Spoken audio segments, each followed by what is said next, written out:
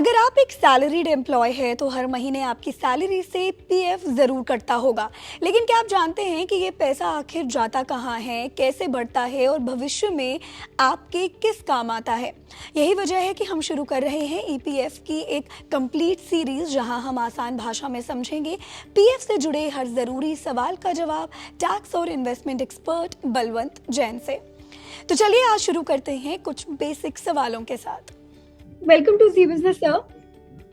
Thank you. Sir, मैं सबसे पहले आपसे ये समझना चाहती हूँ कि ईपीएफ आखिर क्या है?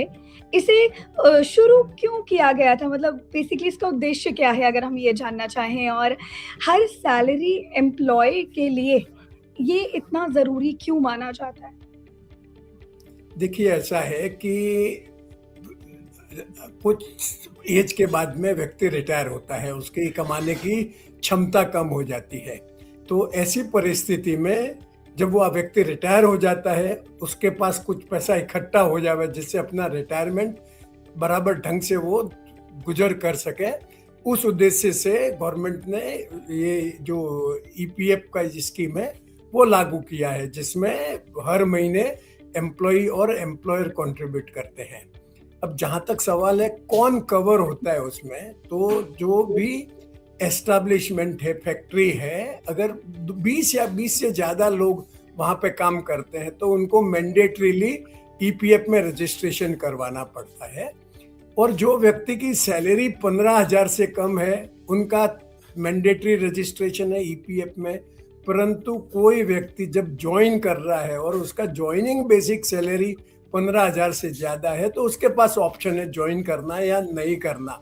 पर अगर व्यक्ति ने एक बार ज्वाइन कर लिया और फिर दूसरी जगह अगर ट्रांसफर करता है और उसका यूएन नंबर है तो उसके पास फिर ऑप्ट आउट करने का ऑप्शन नहीं रहता। एक बार आप ईपीएफ में घुस गए तो फिर आपको मैंडेटरी कंट्रीब्यूशन करना पड़ेगा। पर अगर ज्वाइनिंग के टाइम ही आपका सैलरी 15,000 से ज़्यादा है तो आप के लिए जरूरी नहीं है ज्वाइन करना।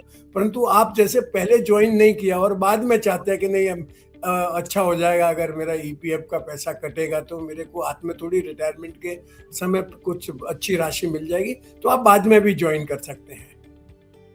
अच्छा, तो अब इसके दायरे में जैसे आपने बताया कि कौन-कौन आता है। अब अगर कोई नौकरी बदलता है तो उसकी मेंबरशिप का क्या होता है?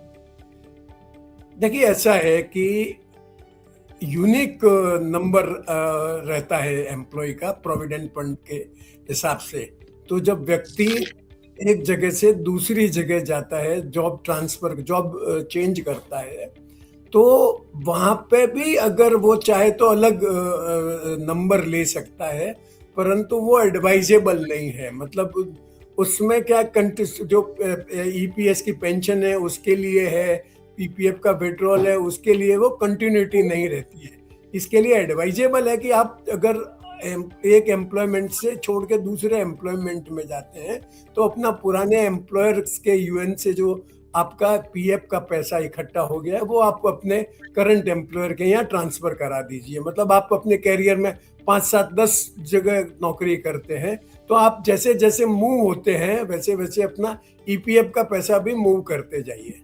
सर, अब अगर हम कंट्रीब्यूशन की ही यहाँ पे बात करें तो एम्प्लॉय और एम्प्लॉयर दोनों कितना जो है कंट्रीब्यूशन करते हैं, पहले तो ये जानना चाहूंगी मैं। और क्या एम्प्लॉय चाहे तो अपनी तरफ से एक सेट लिमिट से ज्यादा भी जमा कर सकता है कि? देखिए, ऐसा है कि जो ईपीएफ का कंट्रीब्यूशन के लिए जिनकी सैलरी 15,000 से कम है बेसिक सैलरी, उनका तो बेसिक सैलरी का 12% एम्प्लॉय डालेगा, 12% एम्प्लॉयर डालेगा। उसके ऊपर अगर किसी की सैलरी है तो एम्प्लॉयर और एम्प्लॉय की सहमति से कंट्रीब्यूशन या तो 15,000 पे रेस्ट्रिक्ट किया जा सकता है या उससे ज़्यादा जो एक्चुअल बेसिक सैलरी है उसके हिसाब से कंट्रीब्यूशन हो सकता है। तो जो मैंडेटरी मिनिमम कंट्रीब्यूशन है वो 12% का, 12% एम्प्लॉय का डिडक्ट होता है और एम्प्लॉयर 12% उसमें मैच करता है।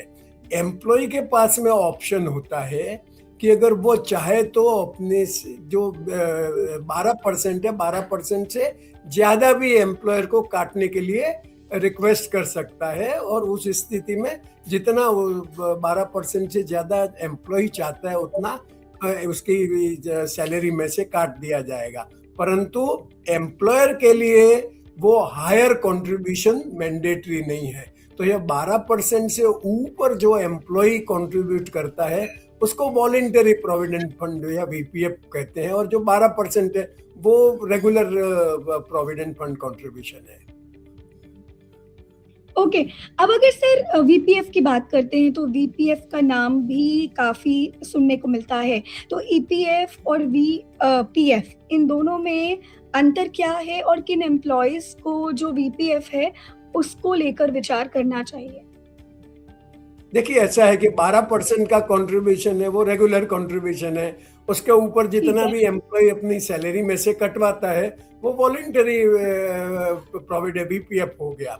अब किसको करना चाहिए? अगर आपके पास में लिक्विडिटी का प्रॉब्लम नहीं है, घर चलाने के लिए कैश फ्लो का प्रॉब्लम नहीं है, तो आपको हायर कंट्रीब्यूशन करना चाहिए तो ईपीएफ के जरिए। क्योंकि एक तो आपको रेट ऑफ इंटरेस्ट है वो अभी जैसे 8.5% है, इतना रेट ऑफ इंटरेस्ट आपको कहीं पे भी नहीं मिलेगा और जो एकदम सेफ है। इसके अलावा जो इंटरेस्ट है वो as long as you are in employment, जब तक आपका कंट्रीब्यूशन जाता रहता है तब तक इंटरेस्ट आपके हाथ में टैक्सेबल है।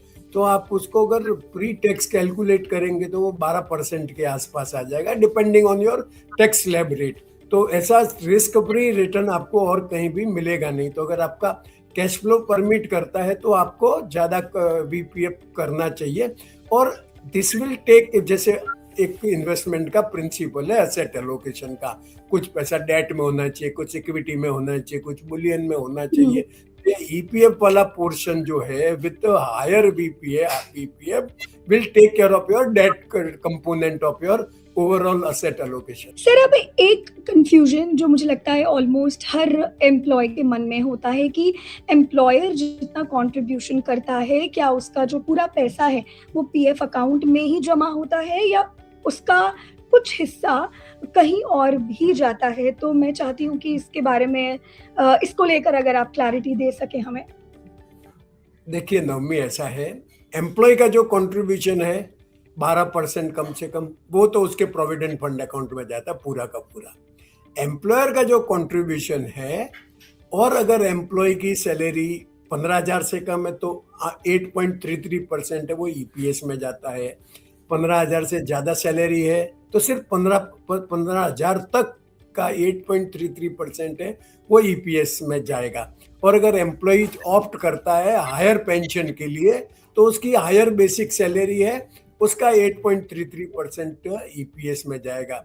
और जो लोग ऑप्ट नहीं करते हैं हायर ईपीएस कंट्रीब्यूशन का, उनका 15,000 के, चूंकि जो पीएफ का कंट्रीब्यूशन है वो तो 12% बेसिक पे कट गया, ईपीएस जो है वो 15,000 पे 8.33 के हिसाब से जाएगा।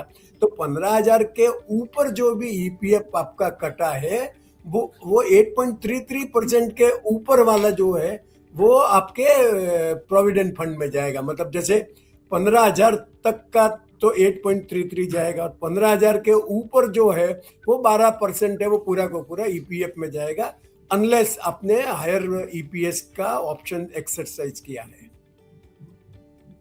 Okay, thank you so much sir. Welcome. तो ये थी ईपीएफ से जुड़ी बेसिक जानकारी जो हर सैलरीड एम्प्लॉय को ज़रूर पता होनी चाहिए। अगले एपिसोड में हम समझेंगे कि ईपीएफ अकाउंट कैसे काम करता है, उसमें पैसा कैसे जमा होता है और उस पर इंटरेस्ट कैसे मिलता है। अगर आपके मन में भी पीएफ से जुड़ा कोई भी सवाल है तो उसे कमेंट में ज़रूर बताइए और ऐसे ही और भी वीडियोज़ के लिए देखते रहें जी बिज़नेस।